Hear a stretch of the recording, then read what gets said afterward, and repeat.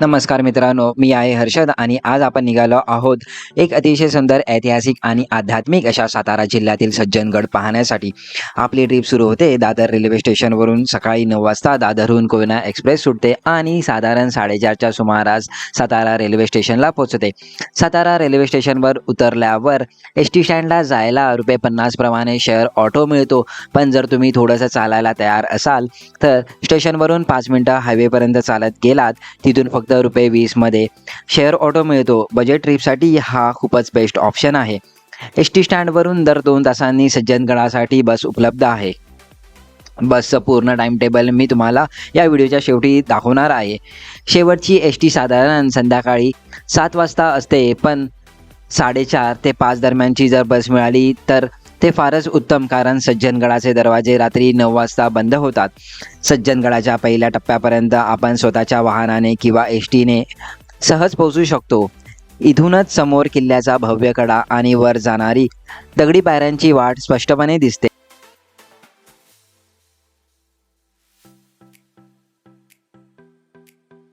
किल्ल्यावर जाण्यासाठी सुमारे 230 दगडी पायऱ्यांची वाट आहे. या पायऱ्यांवरून चालताना जणू प्रत्येक पावलागणिक इतिहास जिवंत झाल्यासारखा वाटतो.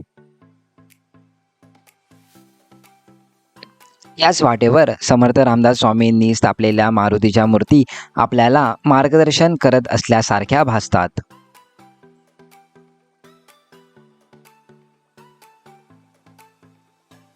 सह्याद्रीच्या निसर्गरम्य डोंगरांमध्ये वसलेला सज्जनगड किल्ला हा केवळ एक किल्ला नाही, तर मराठा सामर्थ्य आणि आध्यात्मिक शांती यांचा अद्वितीय संगम आहे.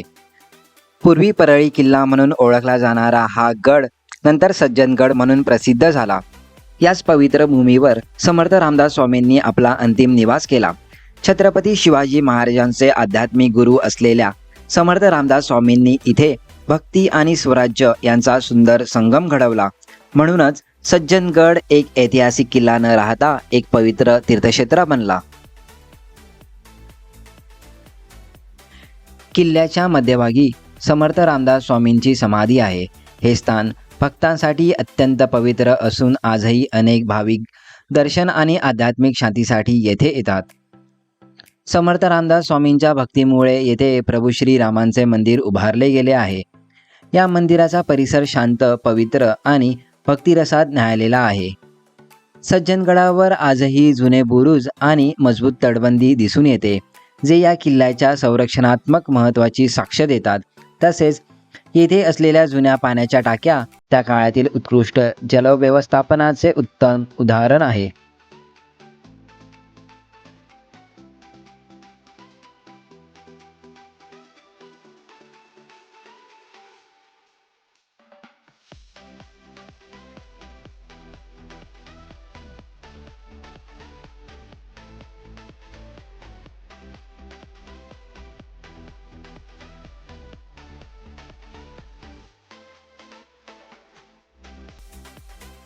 साधारण अर्ध्या पायऱ्या चढून गेल्यानंतर गाईचे मंदिर आणि मारुतीचे छोटेसे मंदिर दिसते.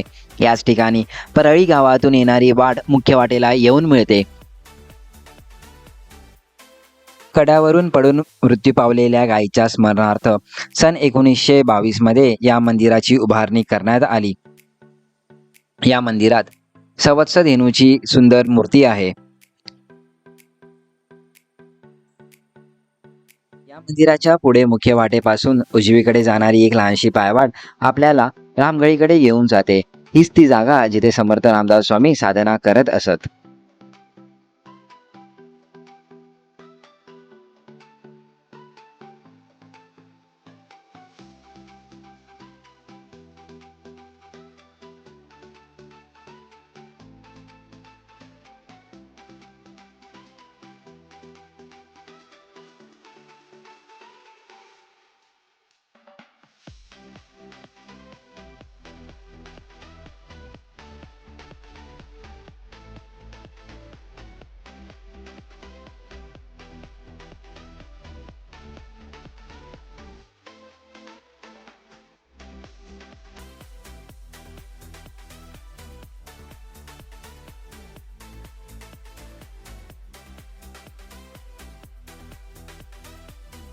रामगड पाहून पुन्हा मुख्य पायऱ्यांच्या वाटेवर आल्यावर आपण येतो किल्ल्याच्या पहिल्या प्रवेशद्वारासमोर.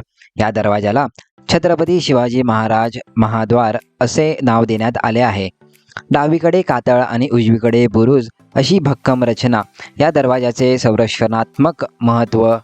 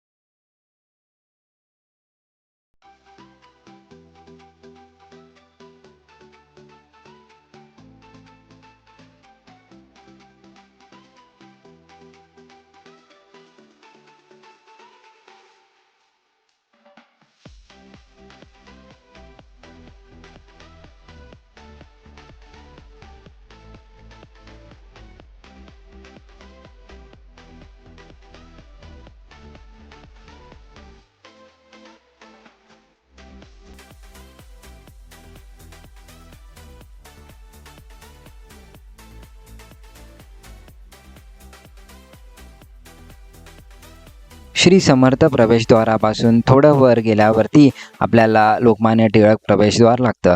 त्या प्रवेशद्वारापासून आपण सरळ पुढे गेल्यावरती आपल्याला श्री समर्थ सेवा मंडळ यांचे मुख्य कार्यालय आपल्याला येथे लागते. या कार्यालयामध्ये आपण आपले नाव नोंदवले की आपल्याला 1 दिवसासाठी भक्तनिवासामध्ये राहण्याची व्यवस्था केली जाते. इथे भक्तांसाठी स्वच्छ, शांत आणि अतिशय सुंदर व्यवस्था केलेली आहे.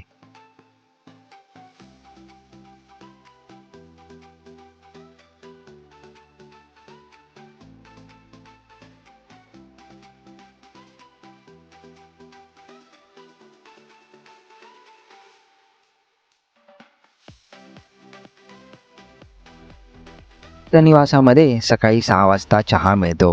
त्यानंतर 8:30 वाजता नाश्ता आणि दुपारी 12:30 तसेच रात्री 9 वाजता महाप्रसाद दिला जातो. साधं पण मन तृप्त करणारा असा हा अनुभव प्रत्येकाने नक्कीच घ्यायला हवा.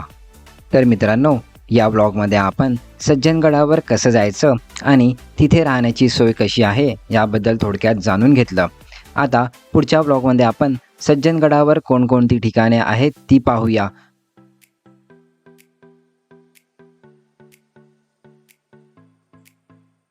तोपर्यंत ब्लॉगला लाईक करा, शेअर करा आणि चॅनेलला सबस्क्राईब करायला विसरू नका. थँक्यू.